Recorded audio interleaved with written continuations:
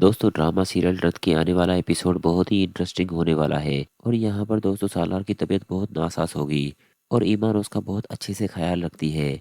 लेकिन यहाँ पर वो जब अपने मामू से बात करता है तो उसका मामू यही कहता है कि इतने सालों में तो ये सब नहीं हुआ। इस लड़की के आने के बाद तुम पर इतने सारे हमले हो रहे हैं और इस बात से तो जाहिर है ये सब इस लड़की की वजह से ही हो रहा है। लेकिन यहाँ पर दोस्तों सालार कहेगा नहीं मामू ऐसा नहीं है। 19-20 साल पहले भी आप मुझे छोड़कर चले गए थे। तब भी मैंने आपको कहा था कि मुझे आप अकेला छोड़कर ना जाएं। लेकिन आपने तभी भी मेरी बात नहीं सुनी। तब तो मैं बच्चा था लेकिन मेरे माँ बाप मेरे बचपन से ही मेरे दुश्मन बने हुए हैं और सारी प्रॉपर्टी पर वो कब्जा करके बैठ चुके हैं। लेकिन आपको तो कुछ नज़र ही नहीं आ रहा। आपको यहाँ पर ईमान गलत नज़र आ रही है। हालांकि ऐसा नहीं है। दोस्तों यहाँ पर सालार अपने मामू को सारी हकीकत बताने की कोशिश करता है और उसका मामू तो बस यही सोच रहा है कि ये सब ईमान की गलती है।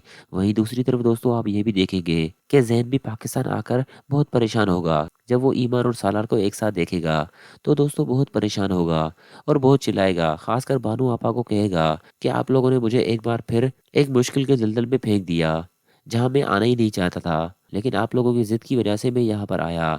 दोस्तों यहाँ पर इस वक्त अब जैन ईमान से बात करने की कोशिश करेगा और उसे कहेगा कि मैं तुम्हें चैन से जीने नहीं दूंगा। दोस्तों एक बार फिर ईमान की जिंदगी में मुश्किल की घड़ी आ चुकी है क्योंकि ज़ैन अब किसी कीमत पर ईमान को नहीं छोड़ने वाला और उससे वो ही बदला लेगा क्योंकि वो तो यही समझता है कि उसकी वालदा की कातिल कोई नहीं बल्कि ईमान ही है। हालांकि दोस्तों जब बानो और उसका वालिद उसे बताएगा कि ऐसा कुछ नहीं है, तुम्हारी वालदा ने ही ये सब किया था और उसी वजह से ये सारा रिश्ता टूटा। लेकिन इतने सालों में हमने ये बात तुमसे छुपा के रखी ताकि तुम अपनी माँ से नफरत ना कर सको। दोस्तों जैन को जब ये हकीकत मालूम होगी तो जैन तो हक्का बक्का रह जाएगा। वहीं अगले सीन में दोस्तों आप ये भी देखेंगे कि जमील सवेरा पर बहुत जुल्म करेगा और आलम साहब की दुकान भी हथियाने की कोशिश करेगा।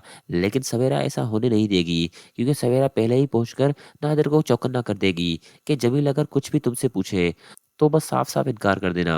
दोस्तों यहाँ पर बहुत ही ड्रामा इंटरेस्टिंग बन चुका है क्योंकि सवेरा समीर से अब तलाक लेने वाली है और उसका अब तलाक लेना बनता भी है क्योंकि समीर अब इंसान नहीं है, वो जानवर बन चुका है। लेकिन दूसरी जगह दोस्तों जब कामरान और शैला सालार के ठीक होने पर वो घबरा जाएंगे क्योंकि दोस्तों अब कामरान के पास और कोई रास्ता नहीं होगा।